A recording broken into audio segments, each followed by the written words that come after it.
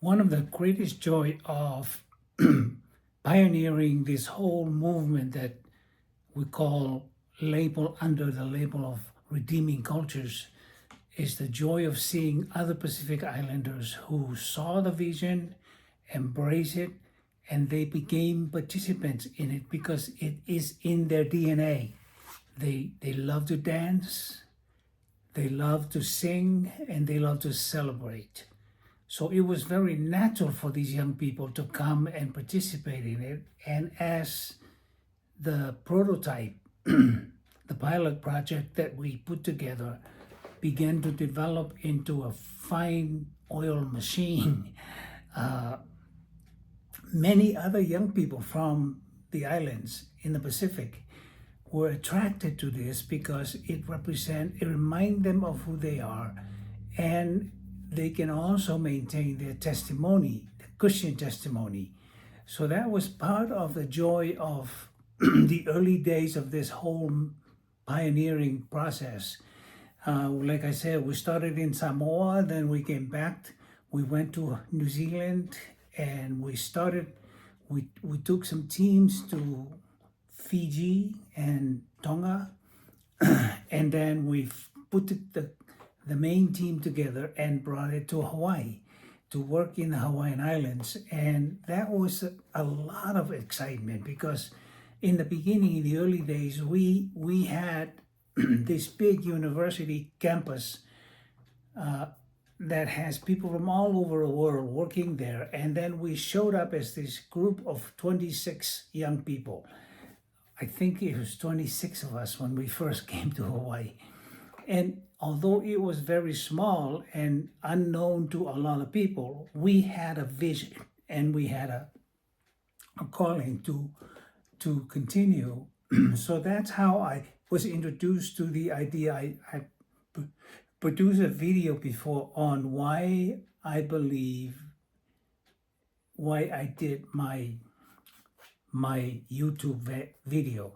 It was based on that idea of starting a new platform, creating a new platform. Hawaii represent many things. It represent a bigger market, bigger community than where we were in Samoa. But it also represent different opportunities, and that opportunity that opened up was in the hotel industry, and the tourism industry was a very natural overflow. So, and our program that we produce in our group had a lot of various celebrations from Tonga, from Fiji, from New Zealand, from Tahiti. And so it was easy to adapt and adjust to that. So that's how we were able to secure a contract in the tourism industry with a hotel on the Hawaiian Islands, the first one. And then it slowly opened up opportunities where instead of sending the whole group to different hotels, we send a group of singers that they can go and entertain in the evening at the lounge at the hotel, or they go and entertain for a convention that the hotel was hosting somewhere on the Kona coast of the Hawaiian Islands. It was fun in those days. It was like an adventure of opening doors, and that's the reason.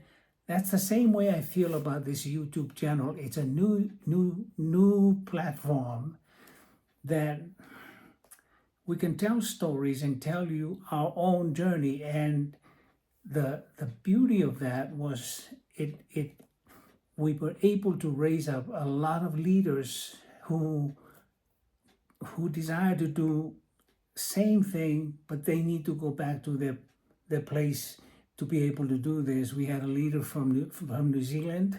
Him and his wife decided to go back to New Zealand and started a similar type of operation in New Zealand. We have a young man that we were working with from Savaii who was married to a young lady from New Zealand, but their tendency, desire was to go to Australia to start something like this, and it just began to take roots and grow in so many different areas. And but the main prototype we had was in the Hawaiian Islands. The platform was in the tourism industry because it it is substantial enough for us to fund a lot of the things that we were doing from being in the tourism industry in Hawaii. Of course, Hawaii is a big tourist destination, and we made a lot of success and a lot of progress in the Hawaiian Islands. But then we used it as a prototype that we would travel. I would travel to Africa, travel to Europe, travel to Asia, and and try to explain this in terms of what people can understand, but they still don't understand. So I invited some of these young leaders to come to Hawaii, and then we of course train them and share with them our philosophy from the beginning on why we started this. It started with the idea that we needed to bring our culture's celebration, music and dances and all of that into the Christian church. We were influencing a lot of leaders in the Hawaiian Islands to consider, instead of doing the hula sitting down, they were open to the idea of doing the hula standing up, and it just began to develop into a big movement in the Hawaiian Islands. I want to mention something else that is very important, because the trip that we took with the team to New Zealand opened up a lot of interesting opportunities and interesting platforms. Because when we were in New Zealand, we were able to do some programs for young people in high school, in the elementary school, and then we also were able to do programs in the community. So some of the young people who came and saw us doing it began to think about their own situation. And a couple of years later, we found out that one of the major Polynesian church in Auckland started having young people performing the Samoan or the Maori dance in their setting, and it just had that kind of rippling effect. A big idea, when it is championed in the right way, can grow. And I also saw that in the case of these African leaders that we had to come from South Africa and different places in Africa to come to Hawaii and see what we were doing, and they liked what they saw. And so it just happened that the leaders from South Africa, were very highly educated young leaders, and so they took on a totally different approach more on the area of training leaders and creating an avenue where other young people can come and see it, and then challenge them to consider doing their own cultures. Because it just happened when we sent a team to a place, a lot of people saying, what about me? I'm from a different culture. I don't have the dances like you have, but I also have my own culture. So we began to discover that it was a very interesting conversation that was beginning to take root wherever we went. And we went to many different places. We went across the states, and then it just happened that I was in India for a conference, and a friend came from, I believe it was Minnesota, and Minnesota, of course. And we were sitting down in the gym having discussions, and he said, I would like to use your group.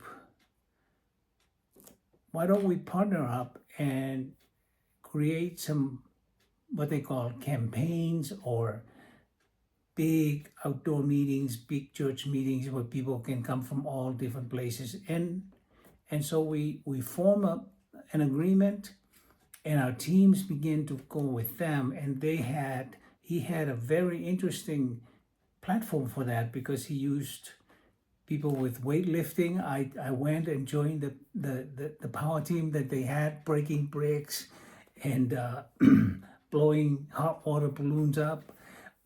it was fun. And then one night, the Polynesian group would come, and thousands of people watching, and they began to do their performance and showcasing their testimony on how and why they are doing what they're doing. So it's a very real seed that began to take root in people's hearts. And today there are teams traveling all over the world, partnering with other groups to do presentations that attract people who are never going to go to the church by themselves, but they can come and watch an adventure of breaking bricks, bending large iron bars, and you know, doing a human chain that doesn't break. So I participated in that because it was also fun. And but one of the main reasons why I just wanted to encourage you is whatever is on your in your heart to do, whatever is in your heart, even if it's just doing a YouTube channel with, you just recording one video a week or two. My goal when I started this is to record at least 3 videos to 5 videos a week for the whole year of 2026. So that's what I do. And sometimes I don't have any particular subject in mind. I just wanted to turn the computer on, the camera on, and just welcome you and thank you for stopping by. By the way, could you please subscribe to my video and also like and share it with your friends so that more people can be able to see and hear the story of how to, if they have something in their hearts that is important enough, how they can begin to grow it, how they can begin to influence other people to consider what is on their hearts. And then this will bring communities together, bring people together. And today I can think of places in Fiji where a young man came to our group. First Fijian came to our group, and he liked the idea, but he had a different aspect in his heart. He wanted to do rugby because, as you know, I don't know if you've seen it, but Fiji is the world champion for what they call rugby 7. They fly like crazy. But he had a vision and he wanted to do that as a foundation for him. Instead of the dance and the music, he wanted to bring the Fijian culture of rugby. And my goodness, the young people that were attracted to it, and he based that starting place in Australia. And now he's doing clinics back in the islands of Fiji, where he's recruiting young people from the village and bringing them. It's a good start to bring them into a place of relationship with Jesus. And then they play rugby as a format and a platform for them to be able to do what they would never do by themselves. And so there's a lot of different expressions of cultures that can be taken on and become a part of a means that people can use to attract other people. Because the bigger your vision is, the more it needs to impact more people so that they can take ownership of it. And when they take ownership of it, whatever is in their heart, they bring with them. And who knows what's going to happen, how the world can be touched and how increase and multiplication can take place. We're seeing in a very real way a lot of that happening. But the most important thing is it's allowing young leaders to rise up and do the things that are important to them. And then they are taught on how to go and attract other young people to their vision. And so it just grows, and sometimes it grows in Fiji, of course, it grows in Australia, but a lot of Fijians are in Australia play rugby. And so I saw when I was visiting in Canada one time, a group of young Samoans that were working in Canada amongst the Native Americans um, were playing rugby there. And it became a platform for them to have a voice and a place where they can feel the value of who they are. And it's an exciting time, very exciting time. And I want to I want to reference a video that I did on why I started my YouTube channel. It was because of the understanding that came from this idea of a platform, having a platform that take your gifts and your values and provide it for the public to enjoy, and also become a mean in which you can share your testimony and what God did with you. And as a result of that, it just multiplies and more people are introduced to Jesus because, being in the church is good. It's one way that we can introduce people to Jesus, but sometimes it's the personal witness that we say and the things that we do that attract other people to us, and then we point them to the Lord. That's my goal. And so the idea of this is I'm sitting here in Utah reminiscing of times and those days in my 30s and 40s and 50s of doing these adventures. And my goodness, I'll specifically talk about Africa because Africa has gotten so much more than us.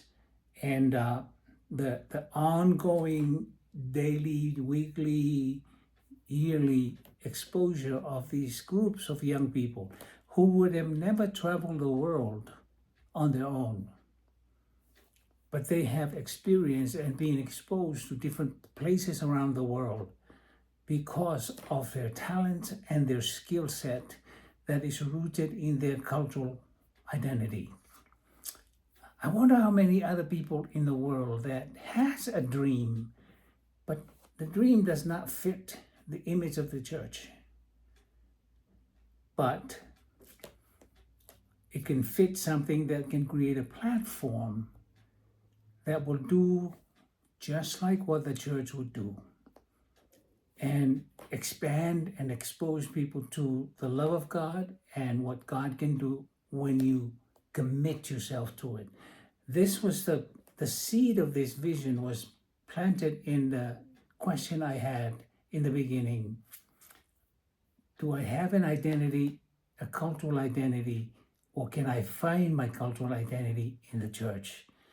The answer is yes, I can find it, but I have to be strong enough to protect the integrity of what is put inside of me and still embrace my brothers and sisters who are from different cultures. And then at the same time, there is also a reciprocal place where they can accept us in our differences. And we showcase and demonstrate through what we bring culturally the ability to attract other people to see the beauty of Jesus in and through us and the young people that we have, which is so many different activities. And my goal in this is to be able to share some stories of that in the hope that this will encourage you to consider what you have. Sometimes when we come to a bigger church or bigger organization, we can easily fallen into the trap of who is me? I'm just one person. But when you have a passion with what you have in you, you can bring your skill set, you can bring your gift, and create something that can become a model to bring other people to Christ and introduce them to the love of God. All right, this is Sosen Leao. Thank you for joining me. I hope you join me again. Bye-bye for now.